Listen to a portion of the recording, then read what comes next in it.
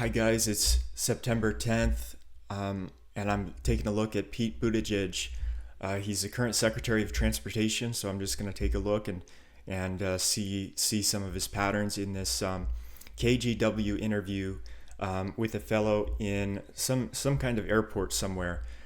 They're talking about aviation, safety, regulations, and that sort of thing. So I'm just going to see what parts I can get for Pete and see kind of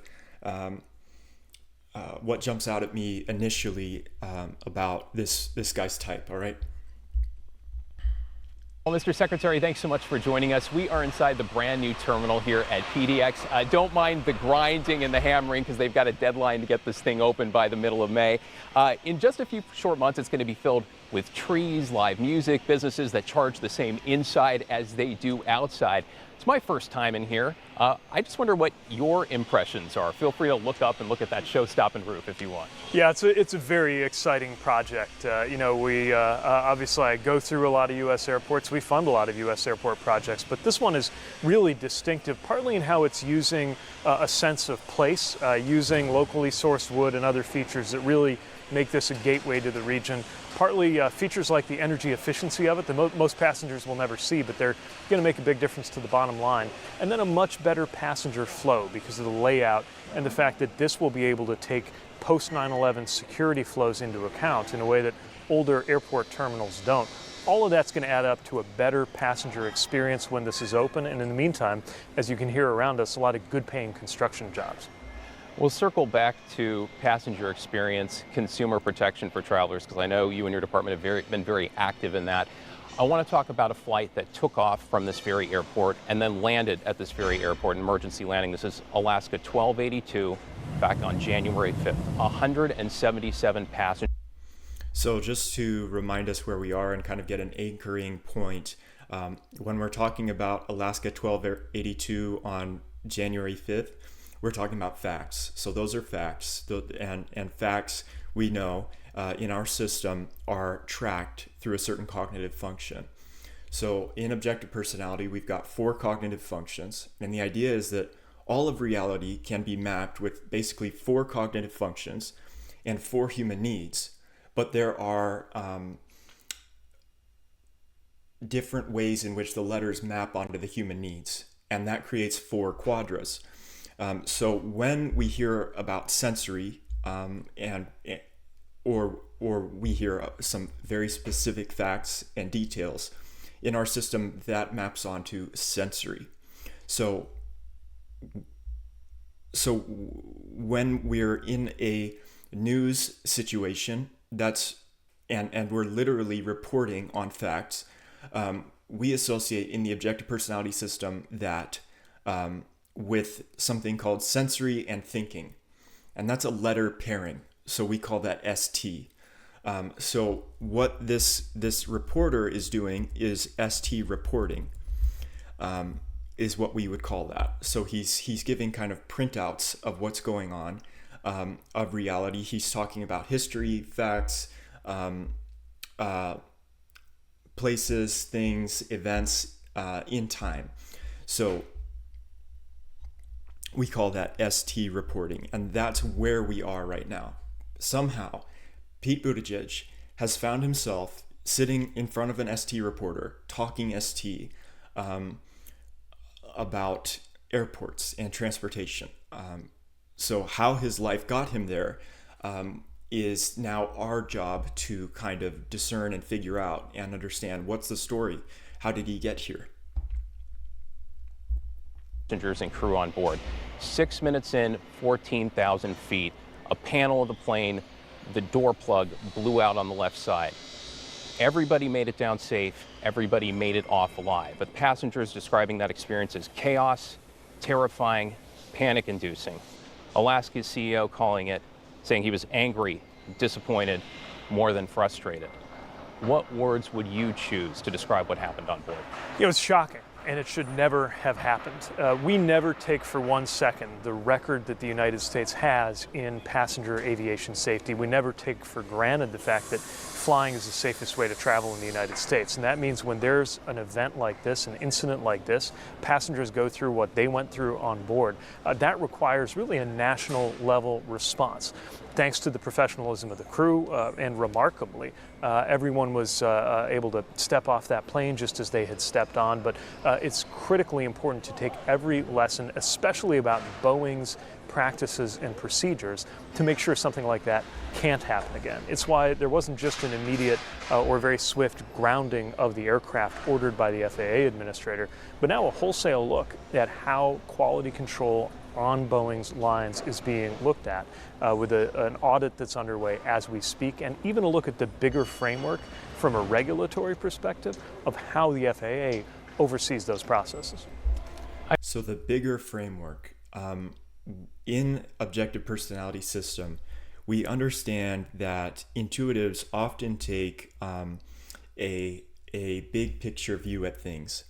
So the difference between how objective personality views intuition and how, say, the Myers-Briggs or any person off the street understands intuition is that objective personality understands that intuition is a cognitive function. So intuition does not mean that you can read someone's palms, although that might be implicated for some intuitives. Intuition rather is one of 4 cognitive functions that are necessarily vital for understanding reality, and that there is no getting rid of intuition, there is no eliminating intuition, and that the usage of the word intuition, while that word is kind of controversial because it's often associated with things like magic, the usage of the word intuition is valid in our system because intuition does make jumps, but the idea is that in making jumps you understand the world, and that's actually the only way to understand the world. That's the only way anyone has ever understood the world, is by making a little jump towards what you believe to be going on, and then maybe you'll take a step back and try to kind of prove that in the sensory.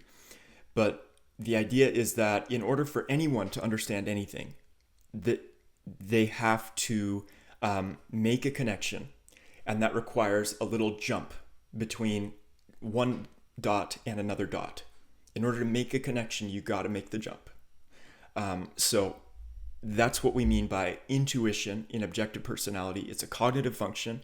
It's vitally necessary, and it makes the world go round. So when we hear Pete Buttigieg talking to this ST reporter, and this ST reporter kind of says, "So what happened? What's the what, when, and where?" And then he sets that up for Pete Buttigieg. What does Pete Buttigieg say? He says, "Yeah, I know the what, when, and where, but I also know how everybody responded. I know how it's going to go down in the public eye. I know what needs to happen next. I know who's responsible." He has this massive amount of understanding, of connections. So the ST guy kind of asks for the understanding, and what do you know? The Secretary of Transportation delivers it perfectly. I know you can't comment on an ongoing investigation, but the NTSB's preliminary report, as I'm sure you're aware, found that it does not appear the bolts that are meant to hold that door plug in place were installed when Boeing and Spirit AeroSystems did some work before the aircraft was delivered to Alaska. Does that finding make you more worried, less worried? So the reporter guy asks about a report, and he wants to talk about bolts. So in objective personality, when we're talking about really specific details, again, that's ST reporting. So how does Pete Buttigieg respond? Does he return the ST and go on like a report summary? Or does he kind of take a step back and give you a lot more context? Does he give you a bigger picture? Let's see. Well, bottom line, it's unacceptable. As you acknowledged, the investigation is with NTSB. We respect their independence. But based on that preliminary finding, the next obvious question is how? How can that happen? How can an aircraft go into service with passengers getting on board when bolts are missing that need to be there for obvious reasons? That is part of not just what NTSB is looking at, but something that informs the investigative process that FAA has underway. We've got boots on the ground, both at Spirit Aerosystems, that supplier, and at Boeing itself, and need to make sure that just as so much work went into making sure that the design of the aircraft is safe, that also there's an equal level of confidence that the manufacturing of every single plane meets that design that's been certified to be safe. So he can play with the ST, but he's also providing what is not known. So he's going, how is it possible that these bolts were not properly installed? And when an objective personality, it draws excellent it draws an excellent parallel to the legal system. So in a court of law, you have forensic evidence, and then we make conclusions to convict or acquit someone, or reach a conclusion to on the basis of a set of facts, and this analogy is very apt for objective personality. So what he's saying when he literally says the word investigation, he's saying, okay, we've got some facts and we're trying to connect them. That's what an investigation does. So when we think of NT, we can actually kind of think of someone like Sherlock Holmes. He's an investigator, he's a detective, he's trying to put together all the ST, but there's still connections that need to be made so that we can all understand the full story. So when we say that word story, we're talking about intuition, actually. So when this ST reporter sets up all the ST, what does Pete Buttigieg respond with? He responds with a bunch of like, okay, here's all the connections we have, and here's all the connections we still need to make on the basis of a kind of forensic investigation. So I'd say Pete Buttigieg is demonstrating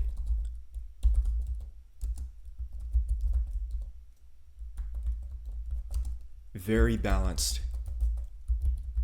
NT and ST. It's actually world class is what I'm seeing from him. I want to ask you about that confidence, but first, we know that United and Alaska both found missing, or loose, I should say, loose hardware on some of their MAX 9s. Have you been made aware of any cases where bolts were entirely missing or not reinstalled on other MAX 9s? I'd refer you to the FAA for more of the details on that and the airlines in terms of their maintenance records. But what we know is that having ordered all of those inspections to take place, and the FAA ordered that as part of the process for safely returning them to the air, more issues turned up. And that tells you that there's a bigger systemic set of questions around Boeing and around their supplier. Let me ask you about that. The FAA chief, Mike Wood. A bigger systemic set of questions.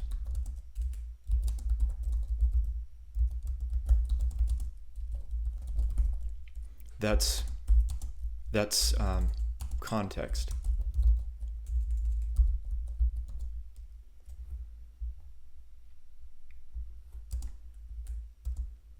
Which we associate with intuition.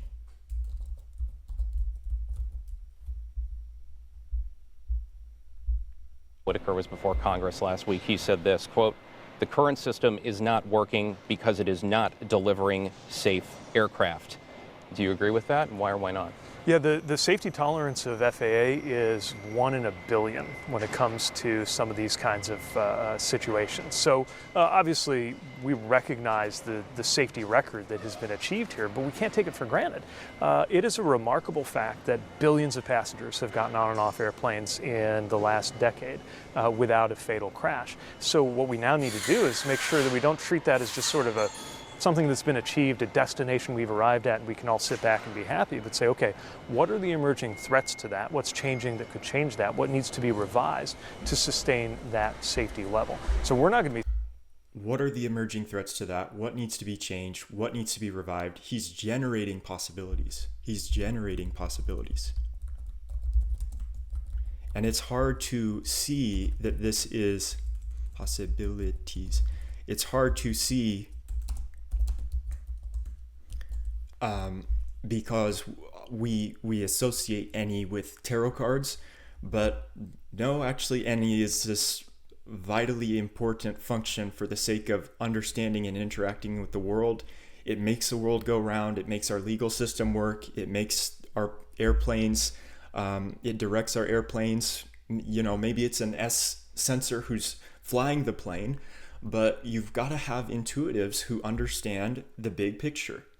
And their intuition is making connections to real-time facts in reality, right? So just because someone's generating possibilities doesn't mean that they're not working with these with real blocks in reality.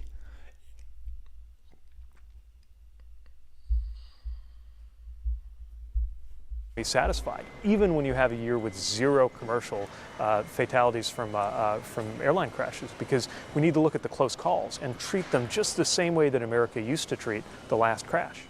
So what do you do differently? Well, a couple of things. First of all, Boeing, of course, is under a microscope right now. FAA is looking at every step of their process to understand how their, not just their quality control, but really their safety culture works and what needs to change. But it's more than that. This is also leading to a look at the way that there is delegation of authority. This is a structure that Congress created in order to... Okay, so his understanding is near perfect. This is like off the charts understanding.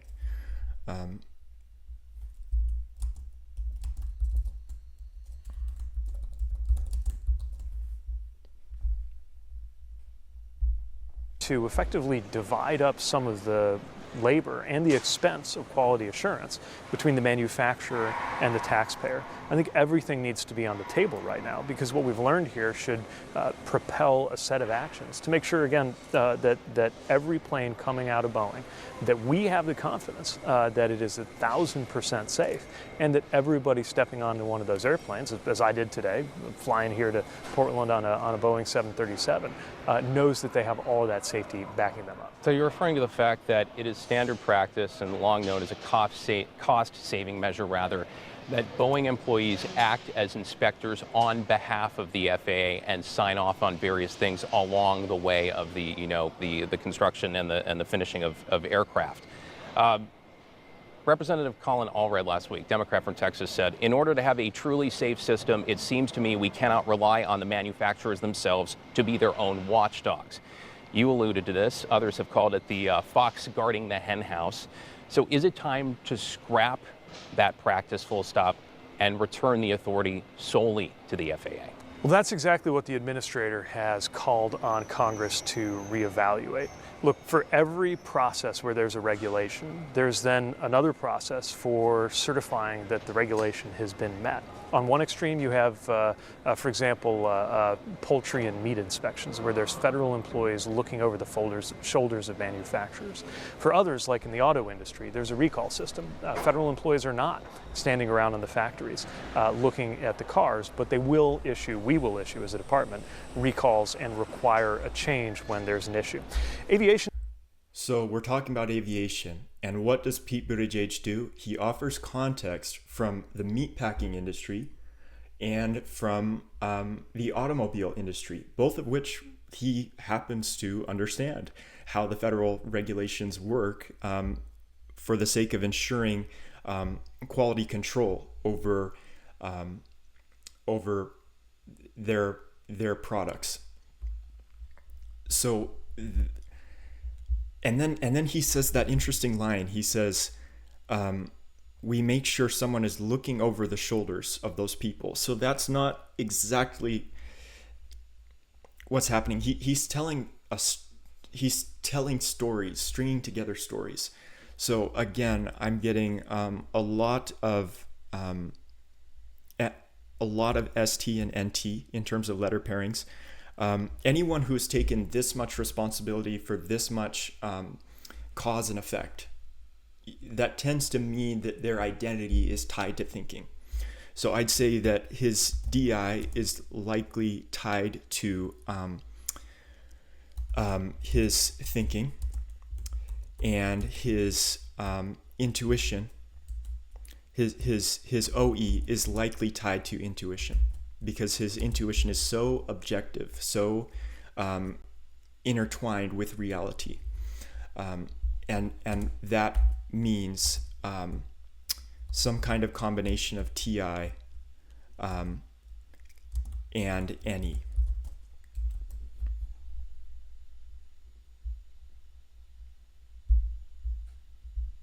In the U.S. sits somewhere in the middle of that. And I think there is a very good reason why everybody from our own department to some voices on Congress are asking about how to move that to where less of that responsibility sits in the manufacturer's hands. But in order for us to do that, we would need to add thousands of personnel and be budgeted accordingly. We can't do it without Congress. So to draw you out there. So again, in objective personality, we define the thinking function as how things work. The reason why we define it that way is because TEs make things work and TIs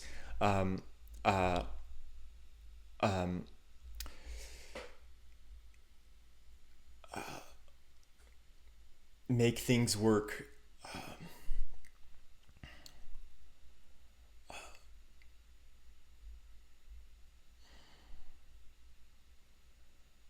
It's almost like TEs do the work and TIs make things work, something like that.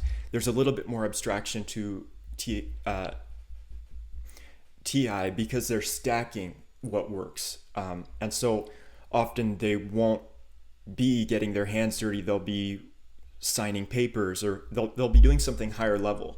Because if I have so much thinking power to stack thinking, then do I really belong in an auto body shop if I could be changing the entire country? Right. So that's getting back to the source. In objective personality, we define thinking as making things work. But the kind of the root of work itself has to do with making things function. And functionality always, in every case, when you have something that functions, it means that well, first of all, it's changing. Okay?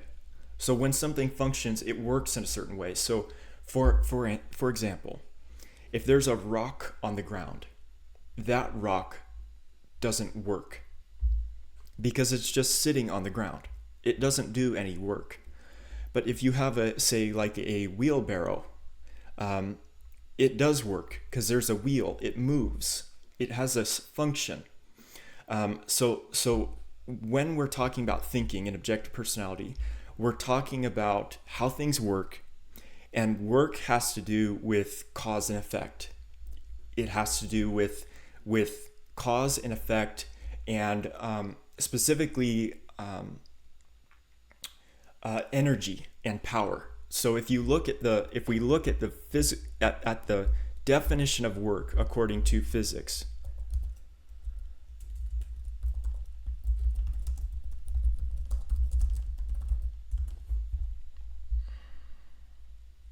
in science, work is the energy transferred to or from an object via the application of force along a displacement.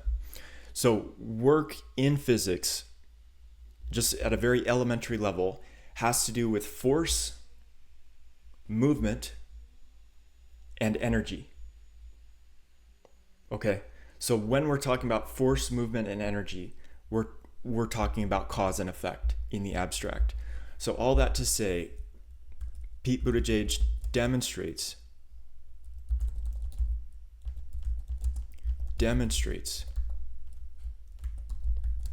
a mastery of stacking cause and effect in order to make the world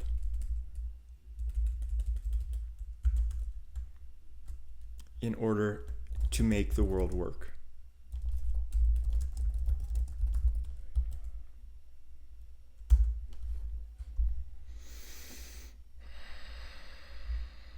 Okay, guys, I think that's going to be all for me today with Mr. Pete Buttigieg. So I appreciate y'all for watching, and I hope you guys got a lot out of this. I had a little bit more energy today, and I felt like my blast is a little more on point.